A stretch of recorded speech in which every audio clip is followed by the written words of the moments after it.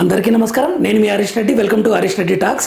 ఈరోజు బడ్జెట్ 2026 ఎవరికి లాభం ఎవరికి నష్టం అనేది మాట్లాడుకునే ప్రయత్నం చేద్దాం. ఎవరికి నష్టము అంటే ఆల్కహాల్, ఇంపోర్టెడ్ ఆల్కహాల్, విదేశాల నుంచి ఆల్కహాల్ తెప్పించుకునే వాళ్ళకి ట్యాక్స్ పెరిగింది. తర్వాత స్టాక్ మార్కెట్లో ట్రేడింగ్ చేసే వాళ్ళకు ట్యాక్స్ పెరిగింది. ఎవరికి లాభం అంటే ఇండియాలో మ్యానుఫ్యాక్చర్ అయ్యే వాళ్ళకి, ఇండియాలో మ్యానుఫ్యాక్చరింగ్, మేక్ ఇన్ ఇండియా అంటే ఇండియాలో ప్రిపేర్ అయ్యే వాటికి మాత్రము చాలా లాభం ఉంది. విదేశాలకు వెళ్ళి చదువుకునే వాళ్ళకి క్యాన్సర్ డ్రగ్స్ మీద ట్యాక్స్ తగ్గించారు. ఇలా కొన్ని వస్తువులపైన ట్యాక్స్ తగ్గింది, కొన్ని వస్తువులపైన ట్యాక్స్ పెరిగింది. ఎవరికి లాభం ఎవరికి నష్టం అనేది మనం మాట్లాడుకునే ప్రయత్నం చేద్దాం. సో ఇది ఇక్కడ బడ్జెట్ వెనుక లాజిక్ ఏంటి, దానికంటే ముందు మన బడ్జెట్ వెనుక లాజిక్ ఏంటి, దీని యొక్క ముఖ్య ఉద్దేశం ఏంటి అంటే ఇది ఎలక్షన్ బడ్జెట్ అయితే కాదు, ఎలక్షన్ బడ్జెట్ కాదు. 2047 డెవలప్డ్ ఇండియా టార్గెట్. 2047 ఎందుకంటే 1947 నుంచి 2047 అండ్ 100 years అవుతుంది కదా. సో అది టార్గెట్ అనమాట. సో ఇక్కడ లోకల్ స్వతంత్రం వచ్చి 1947 to 2047 స్వతంత్రం వచ్చి 100 years అవుతుంది కదా, అది టార్గెట్ అని కనిపిస్తుంది.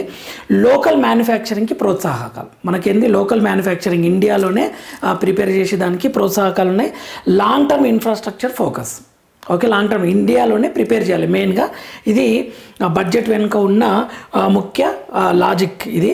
సో స్టాక్ మార్కెట్ రియాక్షన్, ప్రస్తుతానికి స్టాక్ మార్కెట్ టుడే చాలా నెగిటివ్గా ఉంది అండ్ ఇన్వెస్టర్కి బ్యాడ్ డే అని చెప్పవచ్చు ఈరోజు బడ్జెట్ అయితే. సో ధరలు పెరిగే వస్తువులు ఏవి ధరలు పెరుగుతున్నాయి అని అంటే స్టాక్ మార్కెట్ ట్రేడింగ్ ట్యాక్స్ని ఎంత పెంచుతున్నారంటే 0.02 నుంచి 0.05% పెంచుతున్నారు. అంటే కొన్ని కోట్లలో జరుగుతుంది కదా, మామూలు విషయం కదా, చాలా ఎక్కువ అమౌంట్ పెరిగింది tax. Next futures and option trading tax పెరిగింది ఇందులోపల, అదంతా 0.02 to 0.05.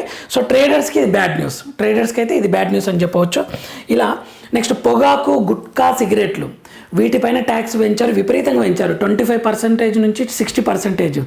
ఇది పెంచడం మంచిదే. హెల్త్ టార్గెట్ అనమాట. అవి తినడం వల్ల 1% కూడా ఉపయోగం ఉండదు, నష్టమే తప్ప.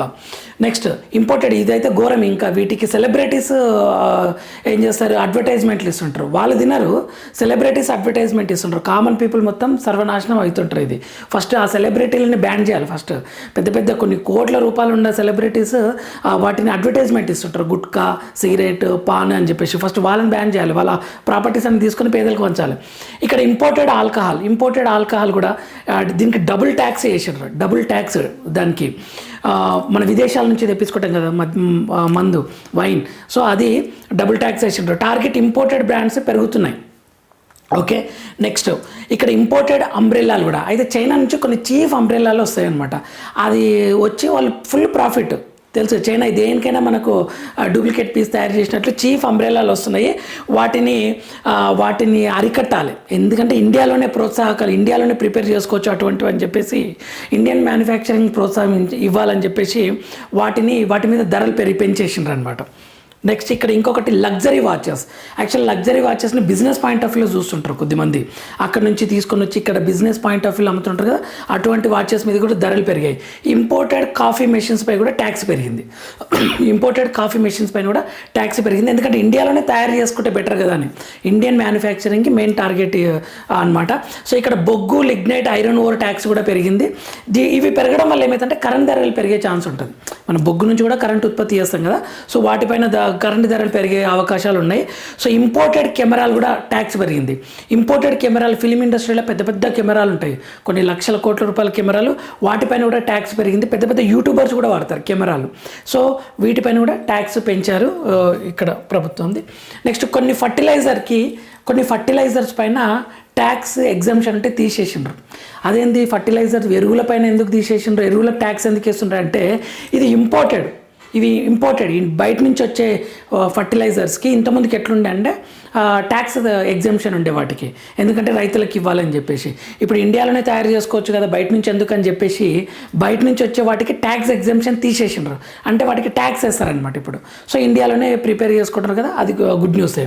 ఇవి ధరలు పెరిగేవి, ఇంతవరకు ధరలు తగ్గేవి చూద్దాం. ఇప్పుడు విదేశాల్లో చదువుకునే విద్యార్థులకు ట్యాక్స్ కానీ రెమిటెన్స్ కానీ అవి తగ్గించిండ్రు. ఎడ్యుకేషన్ రెమిటెన్స్ ట్యాక్స్ 5% ఉన్నది కాస్త 2% చేసిండ్రు. 5% నుంచి 2%కి తగ్గించిండ్రు. ఇది ఒక గుడ్ న్యూస్ అని చెప్పొచ్చు బయటికి వెళ్ళి చదువుకోవాలనే విద్యార్థుల కోసం. నెక్స్ట్ ఇంటర్నేషనల్ ట్రావెల్స్పై ట్యాక్స్ తగ్గింది, టూరిస్టులకు ఇది గుడ్ న్యూస్. ఇంటర్నేషనల్ ట్యాక్స్పై ఇంటర్నేషనల్ ట్రావెల్స్ ఉంటారు కదా, వాళ్ళకి ట్యాక్స్ తగ్గించారు. ఇది టూరిస్టులకు మాత్రం వెరీ గుడ్ న్యూస్. నెక్స్ట్ విదేశాల్లో మెడికల్ ట్రీట్మెంట్కి ట్యాక్స్ని తగ్గించారు. విదేశాల్లో ట్రీట్మెంట్కి అంటే హెల్త్ పాయింట్ ఆఫ్ వ్యూలా కొంతవరకు ట్యాక్స్ తగ్గించారు అని చెప్పవచ్చు. క్యాన్సర్ డ్రగ్స్పై ట్యాక్స్ తగ్గించారు.